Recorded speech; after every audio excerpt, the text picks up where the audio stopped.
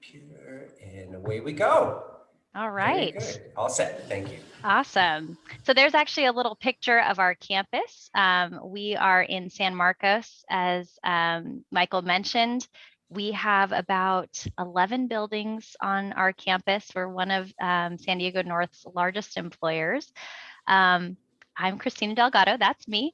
And there's my contact information in case you guys ever want to follow up. Please send me a LinkedIn connect. I'd love to connect with you.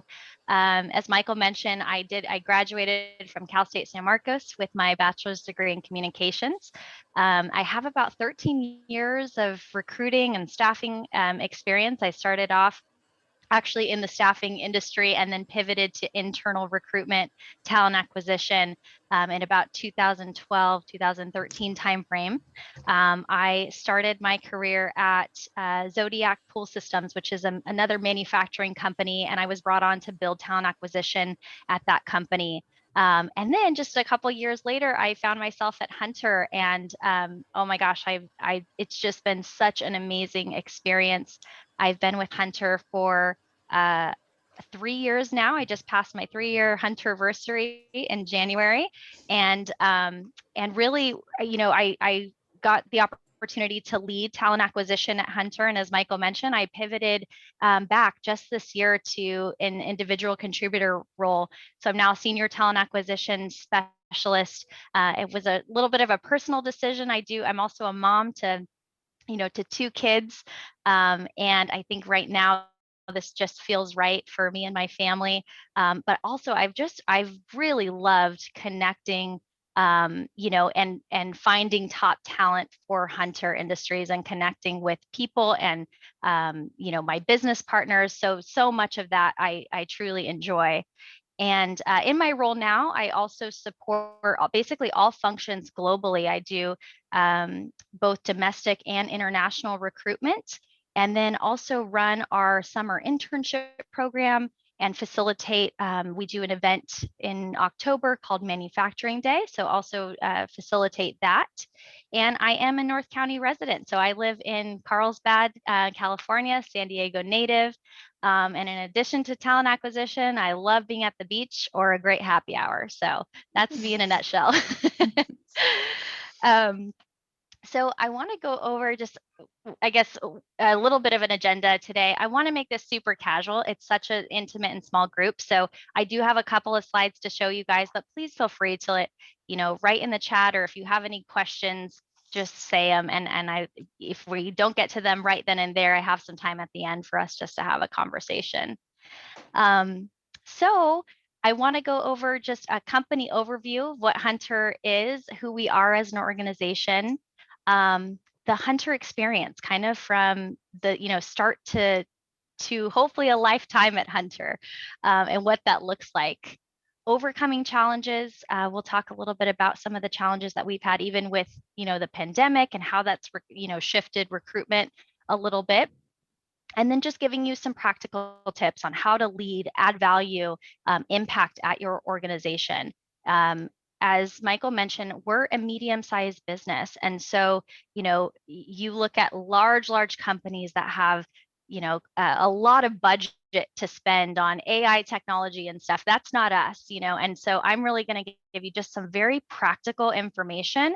And what I believe to be, these are the basics of what you can control, and how you can add value and impact to your organization. And then at the end, we'll do a little Q&A. So I wanted to first start off with just a short video. If you guys haven't heard of Hunter, maybe you have, you might have seen this video before, but this is a little snapshot of life at Hunter. And I'm hoping it's going to play for us. So we'll see right now. Can you hear the audio? We make products, lots of products. Yes. Irrigation products, landscape lighting products, and custom manufacturing products. Design products, test products, watch products explode, make them better, and see our innovative product designs come to life. This is where we store all of the products, and then we ship products. We ship lots of products. We have 5 additional office locations across the globe, and we do business in more than 120 countries. Our headquarters are located in San Marcos. This is in North San Diego County, in Southern California. We are close to the beach, and we are in a family-friendly neighborhood with great schools. It's a friendly campus where you work with close to 1,000 people doing all sorts of different and interesting jobs. Our 20-acre campus has multiple buildings. Some buildings are LEED certified. This means we have solar panels providing energy for our buildings and for our electric vehicle charging stations. We have a park with a creek, a pond, walking trails, and a picnic area too. At lunch, some of us grab a bite nearby. Some go home and walk their dog, some play soccer, some play volleyball, and some play basketball. We also have a 10,000 square foot wellness center to keep our employees healthy. Our headquarters are also a factory. When our customers come to visit, they usually say, "Wow, this is such a modern, clean facility." Many of us work in either a modern office or a cubicle, and we meet daily to prioritize our work schedules. This is our leadership team. This is the meeting in tooling. This is the marketing meeting. This is the meeting in production and assembly. After meetings, we get to work. And after work, we give back to the community. Our employees are always working on all sorts of projects to maintain our reputation as a manufacturing leader. He's a software developer making cloud software to turn your house into a smart house. He's a process engineer and just increased the output efficiency of this machine. She works in human resources and manages our total rewards. He's an engineer and just designed a new style light. She works in marketing and created a powerful product launch for his new light. He's a test technician expanding a nozzle line that will save millions of gallons of water. This is Greg. He runs the place. And that's me. I connect talent with our amazing culture. Hunter Industries is a great place to work with a family atmosphere. Our culture is fun, friendly, and casual. Come be part of the Hunter team. You have to see what's going on here.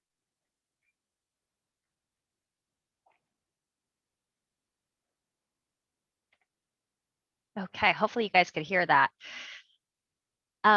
So I want to talk a little bit about our mission. Our mission is to deliver valued products and services, grow the company conscientiously, and remain true to the culture that makes our employees proud to work at Hunter.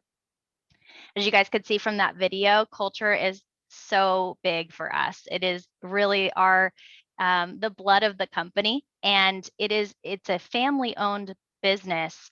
But over the years, we've expanded and we've grown, and so one of the things that we find so important is to keep the integrity of that culture.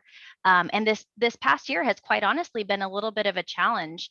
As you can see, our campus was really kind of designed for everybody to come together, and be able to connect. And so we've had to find creative ways to continue to connect, through, I guess, virtually.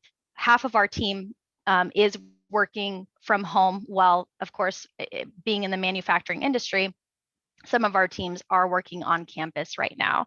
And so TA in general has really, I think, led a lot of the charge in that, we make sure people have their videos on when we're doing interviews or even meetings, check-in meetings. Those are just, different ways that we can help. And we just lead that. It's not a requirement, but, if I hop onto a meeting, I'm going to have my video on, and the hiring manager's like, "Oh, okay, yeah, I'll have my video on too." So, so that's one of the ways that we've been able to stay connected.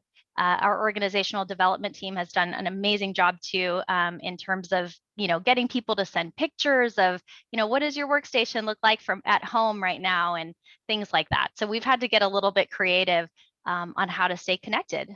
Our team, specifically in talent management, we do a monthly virtual happy hour, and then we're meeting every Friday. We talk about the wins for the week, and we still have that huddle time that we would have normally had in the office setting. So, and then I want to share with you our values. And our values, I think we really put a lot of effort into our recruiting process and bringing those values to find people that have similar personal values.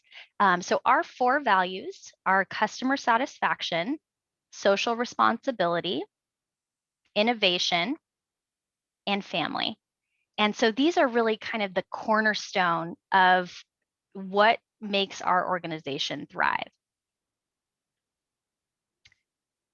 So Michael was kind of giving a preview. Yes, you were right. We do irrigation manufacturing. And you guys saw from the video, we specialize in the irrigation field. We're a leader in our space.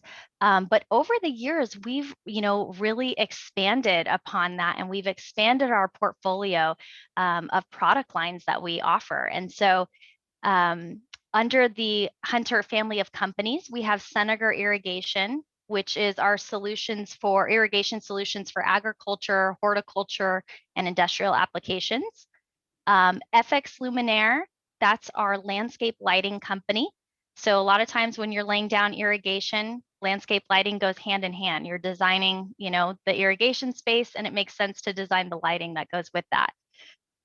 Lumascape, that was a recent acquisition that we had in 2019, an Australian company, and they actually create the lights, for example, on the Sydney Opera House.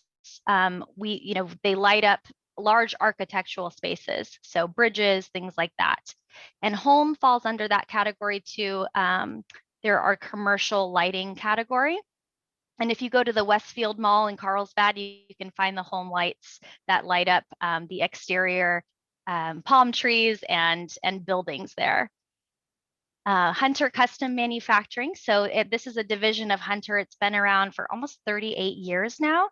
And because we've specialized in plastic injection molding, Hunter Custom Manufacturing was kind of born from that. So fun fact is that we've actually produced some products for Mattel, Barbie, Harley Davidson, so, and some medical device companies too. And then Dispensing Dynamics. This is our dispensing solution. So we make paper towel dispensers. They were part of Hunter Custom Manufacturing, and then we went through an acquisition in 2017, and now, manufacture dispensing products. Their office was located in Los Angeles, and we just recently located them to our Tijuana, Mexico facility. So it's great. Quite honestly, I missed everything that was going on last year. It was not a bad, year to be in the hand washing business. So it actually did really well. What initially started as a family-owned company has now expanded globally across multiple locations. So this is what our talent looks like today. We have a little over 900 employees in San Marcos, close to 200 employees in Claremont, Florida, which is just outside of Orlando. In Tijuana, Mexico, with that relocation, we're almost at about 2,200. And our domestic and international sales teams, we have 70 that go all across the globe. So 70 in our field office, so totaling almost 3,400 employees, about 3,376. So we have a diverse workforce, and we have careers ranging from STEM, manufacturing operations, finance, marketing, supply chain, customer service, human resources, and skilled trade.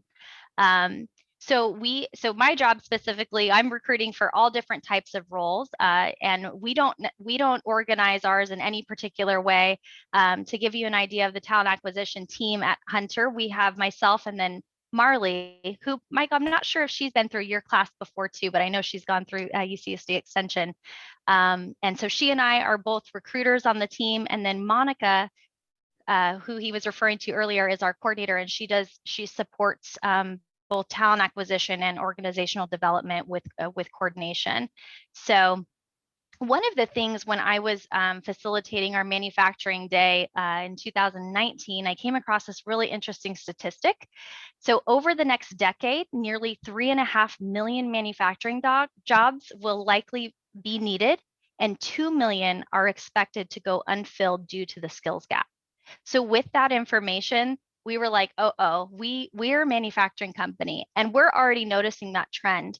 Some of these skilled trade jobs that we, that we recruit for, we're not finding talent for. A lot of them have left. They've gone to, the Midwest. And so one of the challenges has been finding skilled trade talent in the local area.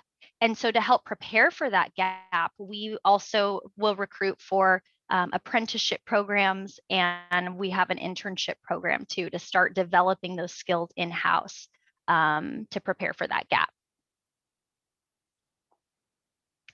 So that's a little recap of Hunter. And I want to first start off just by asking you guys, what are you hoping to learn today?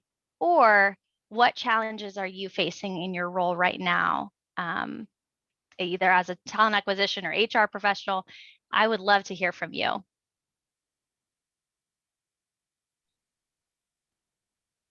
I'll start. I can start. So just learning a little bit more about your company, but also really about maybe your career journey in talent acquisition. That's always really interesting to me.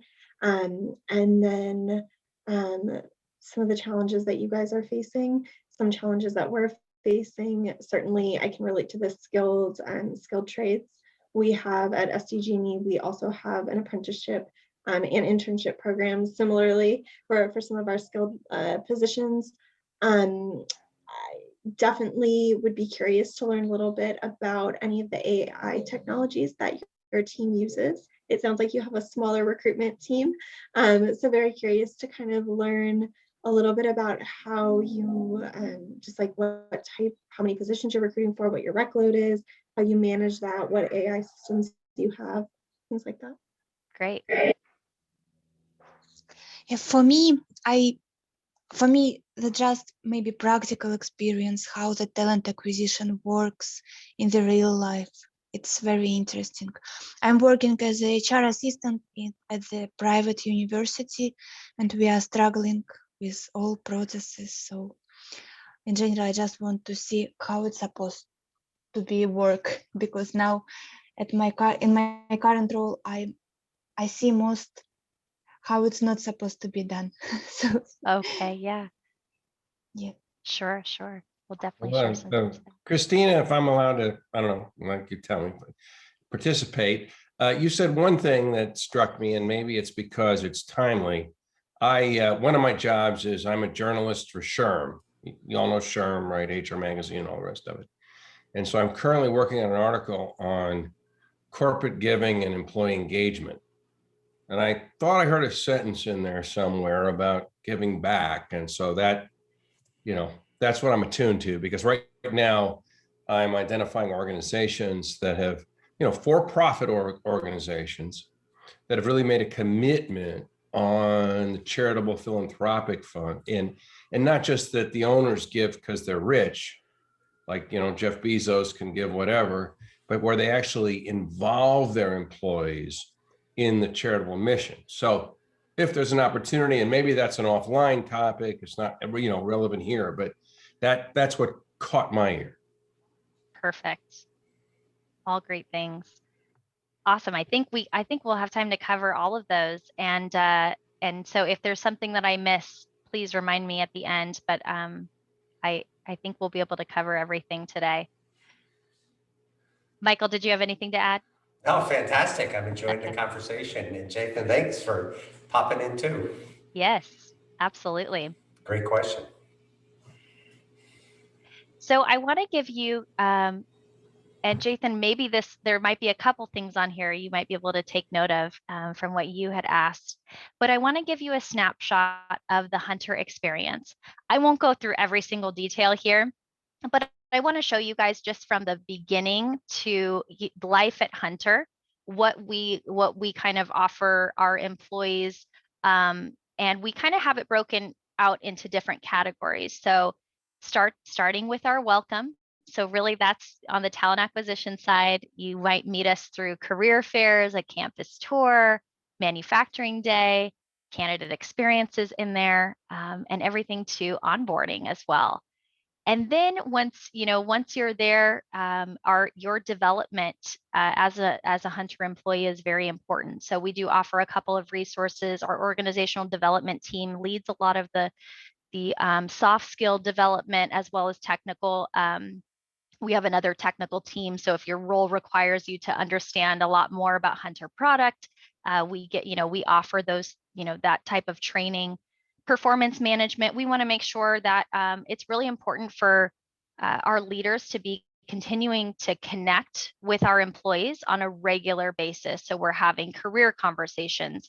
One of the challenges that we had, which I think we're really kind of coming out of now, but flashback 7, 8 years ago, Hunter was a very flat organization, and we have really good tenure. So our employees, the average tenure is about 13 years. And so it was hard for people to move up into Hunter if they're looking for that leadership, position. Where am I going to get my growth? And so one of the areas is that we wanted to make sure we were offering training to our employees. If you're not going to go into that management level, how can we help you continue to be challenged and developed? And so we offer amazing curriculum. Employees have access to any type of training. And then we have, workforce planning, where we identify people that we think have the potential to, to be in those leadership positions for succession planning. And we go, through a pre-training so that they can start developing those skills early. And then collaboration. So this is really just our communication throughout the company. Like many corporations, we have we call it the Hunter Corporate Portal, Hunter Hub. This is like a weekly newsletter. Our CEO is really good about communicating on a quarterly basis. And we update, everything that's going on globally. So it's usually a call where everybody in the company joins at the same time, and he's giving updates on financials, on, communication, a move, and then offers, everybody a Q&A. So he'll ask any question come from any employee that they want to know. And then benefits are in that category. So you guys saw probably from the video some of the cool benefits that we offer. And then our safety is really important. This was a huge one, obviously, this last year. We want to make sure that our employees feel safe. And right now, the best way that we can do that is that we've shifted majority of our employees to work from home at the moment. So our recognition. So recognition is really important to us at Hunter, both on a small and large scale. So we do a lot of initiatives, whether it's, give a high five card. So we have this this recognition program where if you witness an employee or your employee, doing something great or living out a value, we offer them a high five card, and then you can submit that to win even a big prize. So one, it's driving engagement for people to start noticing and giving that recognition right on the spot.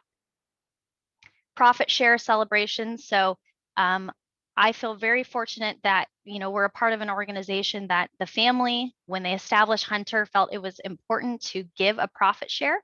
And they have not skipped a year since they started it. So it's a big motivator for everybody, not only on the sales team who's driving all of the business, but in-house and operations, we're trying to save as much money as possible. So it's a collective team goal. And coming from a different style organization to Hunter, I was so impressed that profit share amount was the same from any level at the organization. So the CEO is getting the same percent as me. So I really liked that. It was a very fair versus I've worked at other organizations where it's a tiered scale depending on where you're at in the, in your role. And then our families. So some of these events right now are on hold due to COVID, but a big part of who we are, and we love fostering just a fun, friendly, casual environment. We invite employees to bring their families along. So whenever we do events, we have an Easter event, we'll egg hunt, things like that. We do a family picnic. So those are all the really fun, special things that I love so much about the company. And then our legacy. So our commitment to people, planet, profit, and in that order. We have a lot of sustainability initiatives that are going on. And then there's just different ways that you can get involved. So we have a committee that drives a lot of our giving back. So Jathan, what you had asked earlier, we have a committee called H2O committee, and they're responsible for, diving into the community and seeing, how can we support? Maybe there's a project, and sometimes it's a last minute thing. Hey, we got a call, and this Saturday they're doing a cleanup on the 78 freeway. Like, we got to go. So, so there's always a committee that's responsible for that, and we get volunteers. So it is completely voluntary, but we want to create a lot of awareness around it. So that's a little snapshot of the Hunter experience. Shifting gears a little bit. So I found this quote: 49% of job seekers in a recent PwC survey said they've turned down an offer because of a bad candidate experience. So I want to share a little bit with you just how much how important it is, especially at Hunter, to have a positive candidate experience. As talent acquisition professionals, I feel that we can make an impact at our organization. We have so much at our fingertips to be able to make that impact. And so I'm going to just share a few ways of how we can be successful at delivering positive candidate experience and results for the organization. So customer satisfaction, I'm going to let you into some of our in RTA team, what are standard non-negotiables that we do. So the first one is weekly candidate check-ins. Every week, no matter how many phone interviews I've had, I'm checking in with my candidates before the weekend to let them know the status of their application. Now, if I've declined the application, I'm not going to contact them, but I've already sent them a message through the applicant tracking system. But if I have had a phone call with you, you're going to get a phone call with me, because I don't want you going into the weekend thinking, what happened? We try to put our hat on, like, if we are the candidate going through the process, how does that make us feel? So weekly check-ins with candidates. We also do weekly check-ins with hiring managers. So at the start of our process, we do an intake session. So we start with a deep dive intake session. We find out about the position, we open up the requisition, and I commit, and we say, hey, here's kind of the rules if you're going to engage, and that we start the recruiting process with you. We do expect timely feedback. We will commit to getting candidates within a certain amount of time, so that you're not interviewing one candidate now and 3 weeks later your second candidate. We realize that there has to be a little bit of a timeliness with going through that process. And then I commit to just doing a check-in, and I say, hey, it might just be 5 minutes. I might not have any results for you that week, but I'm going to tell you how many phone calls, that I did, or if I have any hot leads, or re-strategize where we need to go from there. So those are a couple non-negotiables. Responses within 48 hours, and post-interview, we give them 72 hours to respond. So after a candidate goes through, either their resume has been submitted, or post-interview, the hiring manager commits to giving us feedback within that time. And we commit to giving our candidates back within that time frame too. Rejection calls. This is one of the ones that I'm really proud of. Not to do rejection calls. Trust me, I do not like to do rejection calls, but where the stance is on this. So if you've gone through our process, and you have gone through either a phone interview, a virtual interview now, and you are not selected for the position, we will call you to let you know before we actually send an email rejection. So, and that's just a standard process that we do. And, we get a lot of people saying, hey, thank you so, I didn't get the job. I'm bummed about that, but thank you so much for calling and telling me. So I know these are really small practical tips, but they're a part of our process, and it's where we probably receive the best feedback. Is that, you know, candidates, we just talk to people as giving them the same common courtesy and respect. So, and then delivering feedback and recognition. So giving feedback when somebody asks for it. So usually if I do have to make a rejection call, for example, we just went through the process for my backfill as a TA leader and organizational development leader. And we had some amazing candidates go through this process. And part of that call is that I'm preparing what it is, you know, if they ask me to give them some critical feedback, I have that prepared, and I'm able to share that with them.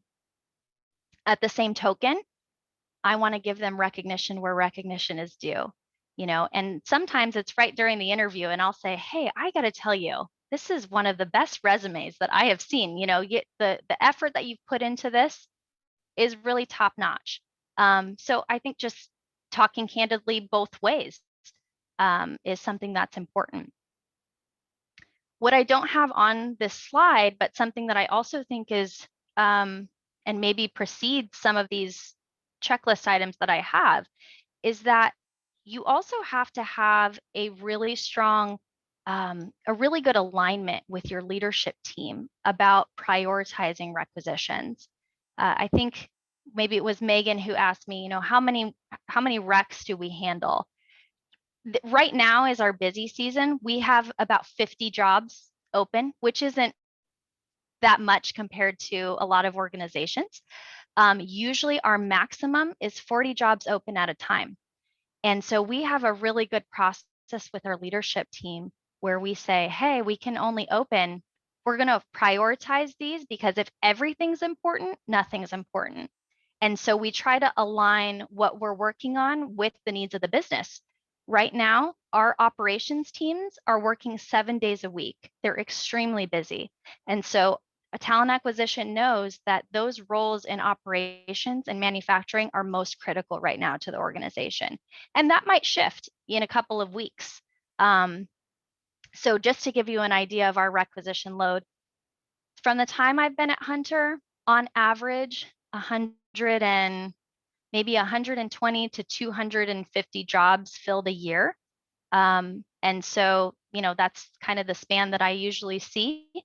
So we're not a super high volume recruitment company, but we do have alignment with the leadership team that we're only going to open X amount of jobs. And then once those are filled, we will start opening more. So I'm going to pause there in case anybody has any questions. Okay. All right. So candidate experience. I just wanted to highlight this just in terms of what a Candy Award is. So it's actually been a couple of years since Hunter has tried to go for this again. But in 2017, we received an award called the Candy Award. And if you guys haven't heard of what that is, it's basically hosted by the Talent Board, which is a nonprofit organization focused on the evaluation, promotion of quality candidate experience. So usually more than 200 companies register to participate in the award program. And ultimately, you know, they collect data, thoughts of candidates, of over 180,000 job candidates. So it's a pretty extensive process. And Hunter was among the, you know, top 50. And so we were really proud of it, and you know, because it's completely organic and it's done by, you know, this company, and they survey candidates. So if it's something that you're looking to kind of improve your candidate experience, you should definitely check it out.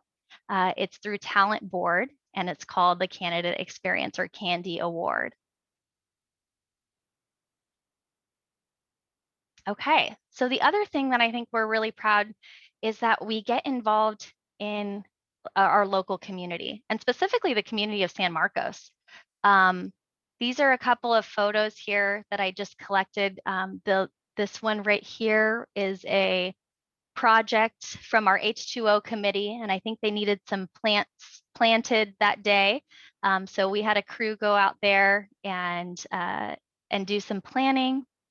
The middle picture, actually, that's my baby girl, my daughter, right there. And we were packaging food.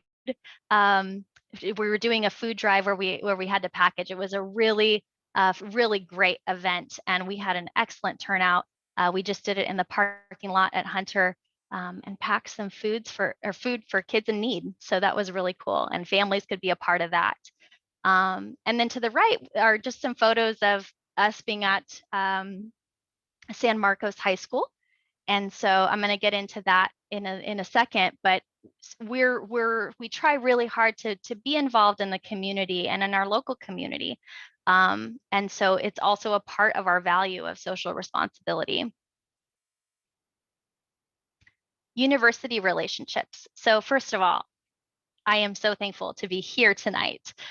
You know, and it's a prime example and a testament, I think, to you know, to relationships that have been formed before me. And so, you know, really connecting with local schools.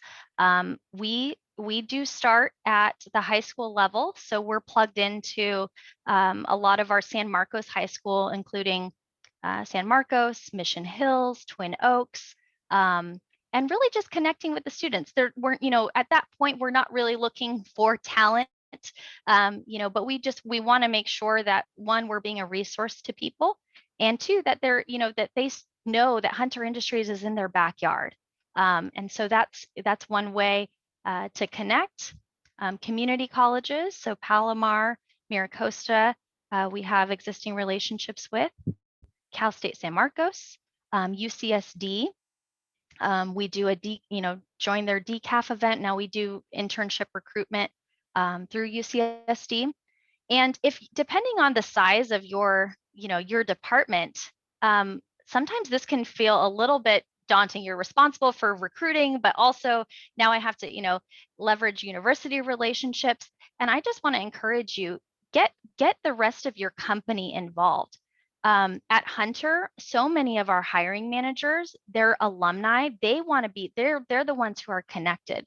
Our director of software development, you know, he's connected and runs a class at Cal State San Marcos for upcoming students that want to get into either his internship program. So we really encourage our hiring managers, whenever we go out to UCSD and do the DCAF event, we ask all of the alumni, you know, engineering students that went and attended there to come with us. So I really want to encourage you to leverage the people in your organization, because there's going to be a natural passion for that. And so it's been such an honor to be a part and go on these campuses and connect, but even more so too when it's in your local community. It just feels, you know, you start just knowing people, and it's so great to get your name out there too. Manufacturing Day. So I talked a little bit about this. This is an event that we participate in once a year, and we invite the public to come onto our campus, and we do a presentation, give a facility tour, and the same thing here is we get a volunteer list going of people that, you know, enjoy giving tours. So this is a really fun event that we do. We use Eventbrite, so nothing very expensive. You know, we contact the local schools and tell them, hey, we're going to be hosting a manufacturing day. Do you want to participate? And then, you know, depending on if it's your first time or something like that, you know, you can have a maximum of you know, of people that you invite on your campus.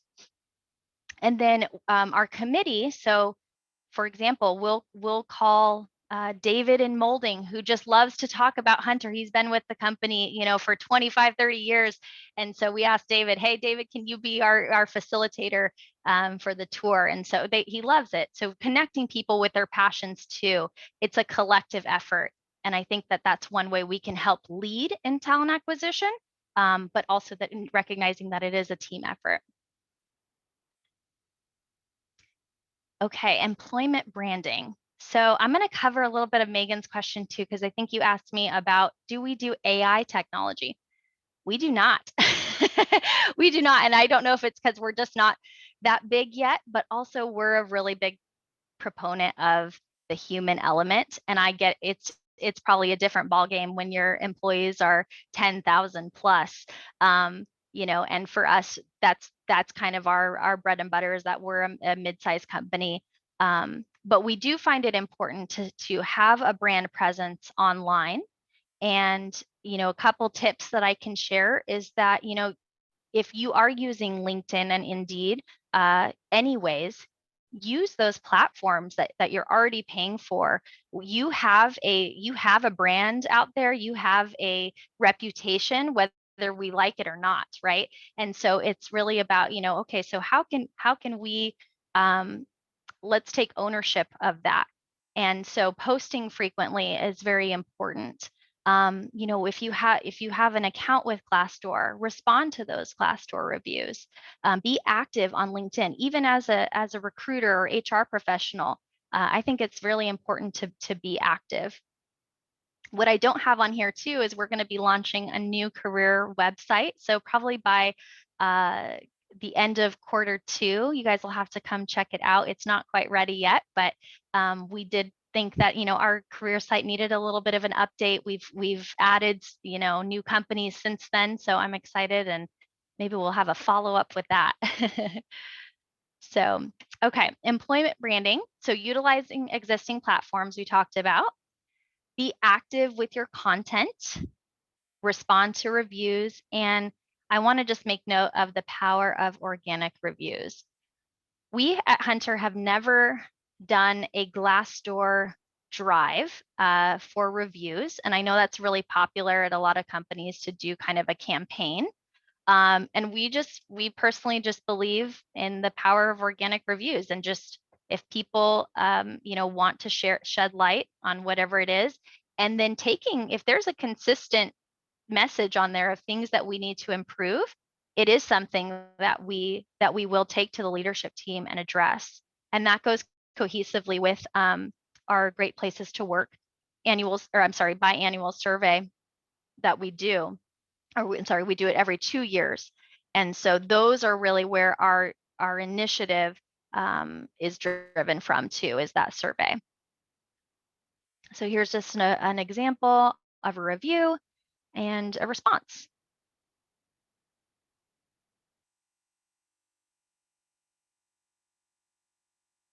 Okay, how you can lead, add value, and make a lasting impact at your organization. So number one, I would say, if you don't have them already, define your values. To me, they're the pillars, the cornerstone of, they're the center of everything, of how you're drawing talent in. When I'm, you know, interviewing people, I want to know if their personal values are in alignment with the values of Hunter. So defining your values. Cast your vision. You know, if you're in the talent acquisition infancy, you know, what does that vision look like? And getting started is the most important piece. Maybe, you know, you aspire to be here, and it might take baby steps to get there, but over time you will get there. So cast your vision. Develop a robust recruiting process. This is your foundation. And so I'm really proud that we've had to tweak our recruiting process here and there, but for the most part, it's the one thing me and my team can rely on, is that we have a process in place. Our leadership team is in alignment on it, and so it works. And we can always go back to the process. It also helps to define different roles. So if you have somebody who's, you know, in HR, or they're a coordinator, and where's my handoff, you know, in the process. So I think it also helps define roles too. And then lastly, aim to serve. You know, people will come to you and ask for help. Just aim to serve. Give resources. Share what's going right. A lot of times we can be thinking so much about our own business and getting our job done, And I think you will leave a lasting impact with people when you can serve them.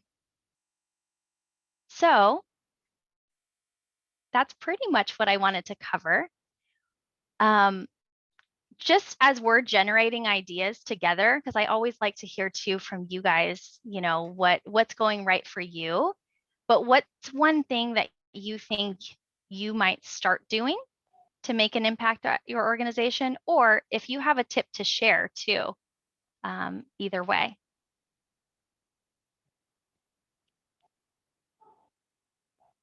Marina. Thank you. I'm naturally very shy. I always wait. Okay, no problem.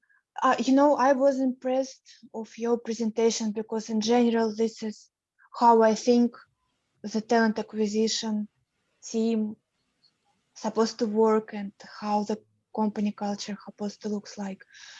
In general, while you are talking, I'm thinking about my company. I love my colleagues, but we are struggling. We do not have company culture, and we do not care a lot about employee. We care about business, about our customers, but not about our employee.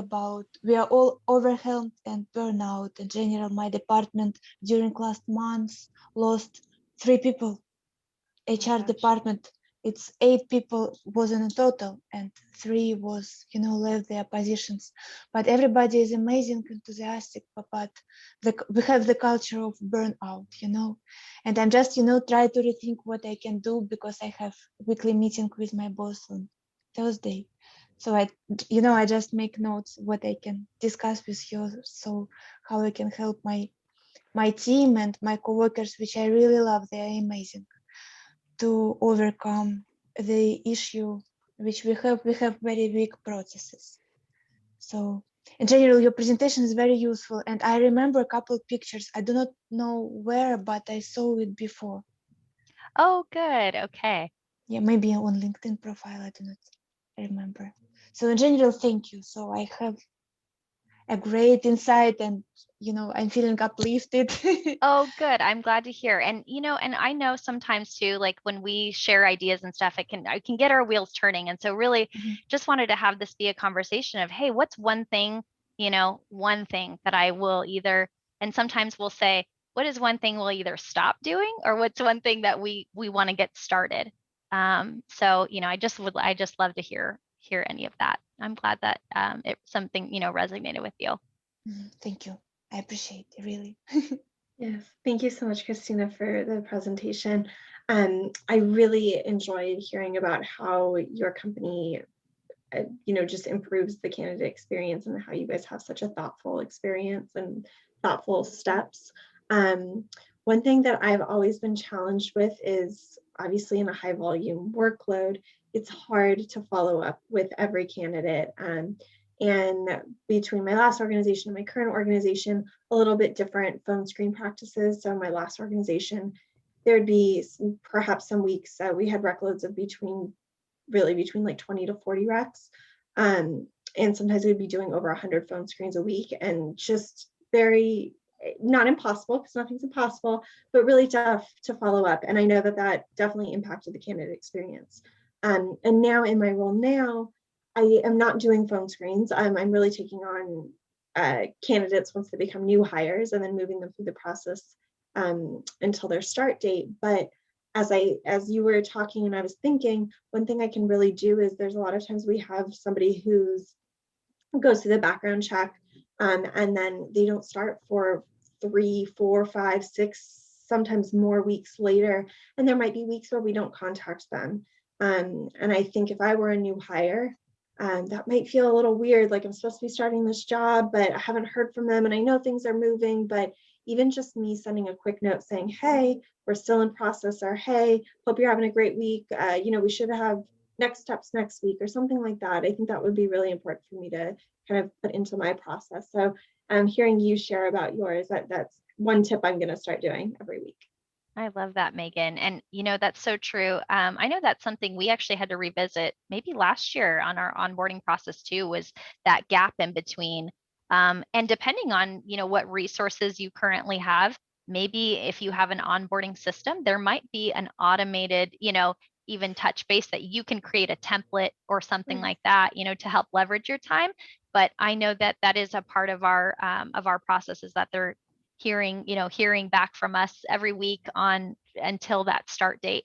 Monica, she's, responsible for getting everything organized and even a reason, to order lunch for them for that day. And so that's a touch base point. But I agree. And maybe the responsibility could fall on the talent acquisition, specialist, or I don't know if it would fall under your category to be responsible to tag team that. Yeah, But I love that tip. That's a great idea. that's awesome. Yeah, thank you. Thanks for sharing. Jathan, any final thoughts, questions? I just, based on what I guess was Megan just said, I just put in the chat a link to an article I did on Oracle's onboarding process that I think is very much not the norm, and I mean that in a good way. Awesome. So as you were all talking, I'm thinking about all these different articles that I've done. So I'm like opening up all these different windows. And so anyway, so if you want to know, how to do Thank it, you. I think Oracle does a terrific job. Definitely take a look at that. Thank you. Thank you. Thank you. Awesome.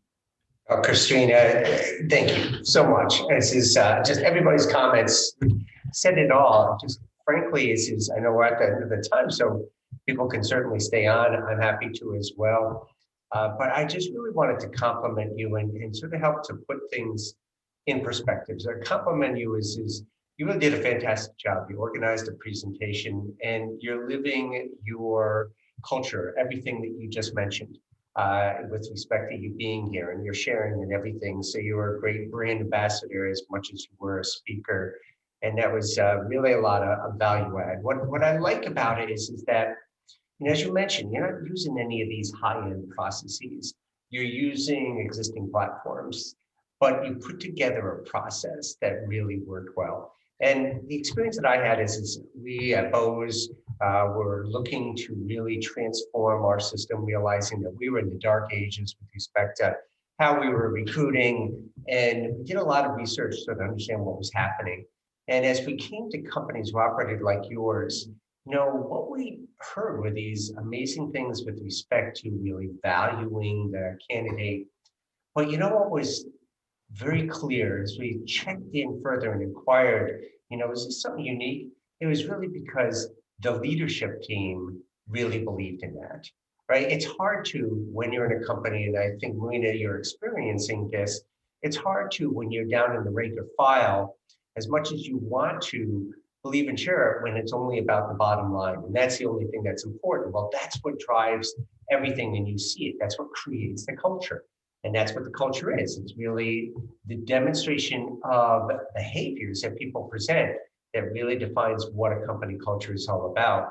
And so when it's important to them, then all of a sudden it becomes important to the organization is demonstrated through culture. So it was fantastic to see that. And I think that that's, to me, why, as I started on why I wanted to join Bose Corporation, why that was a dream for me because of Dr. Bose and his view. So joining those kinds of organizations that have it is largely built on the fact that the leadership team really gets it. So I get it, and I think that that's something you always want to consider when you're beginning to start thinking out in terms of future opportunities is look closely at the company culture.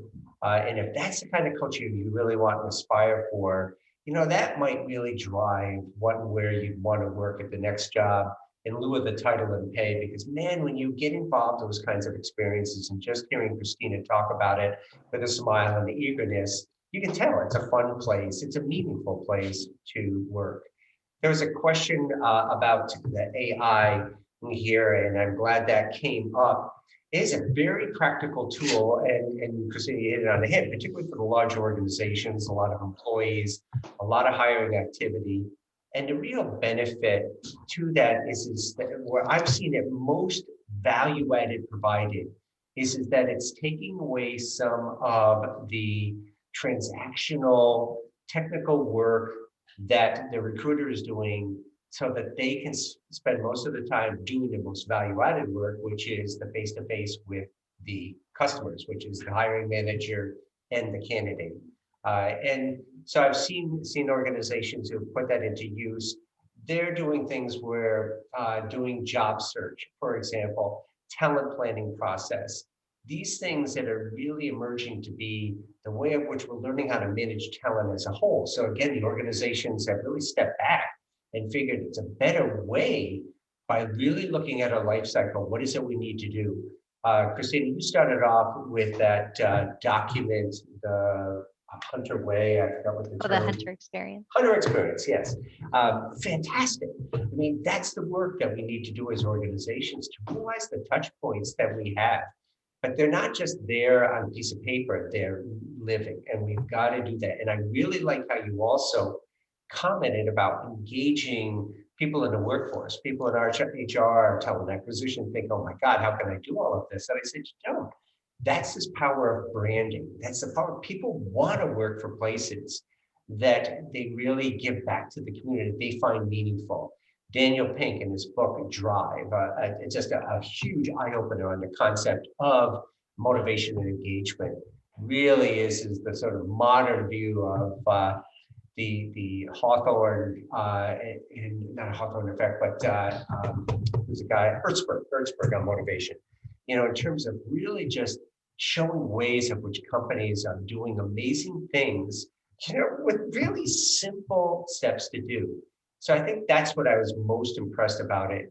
And I know that I picked up that earlier in the conversations, as well as throughout this conversation, Christina, is that that's what Hunter is doing well. They've created a culture because they want it, starting at the top, and you're buying into it. You want to buy into it. And that's sort of creating this whole momentum going forward, to have a manager volunteer time to go and lead a tour, right? Other organizations, they look the other way. I can't wait to get out of here or do something else, or how's this going to help my bottom line?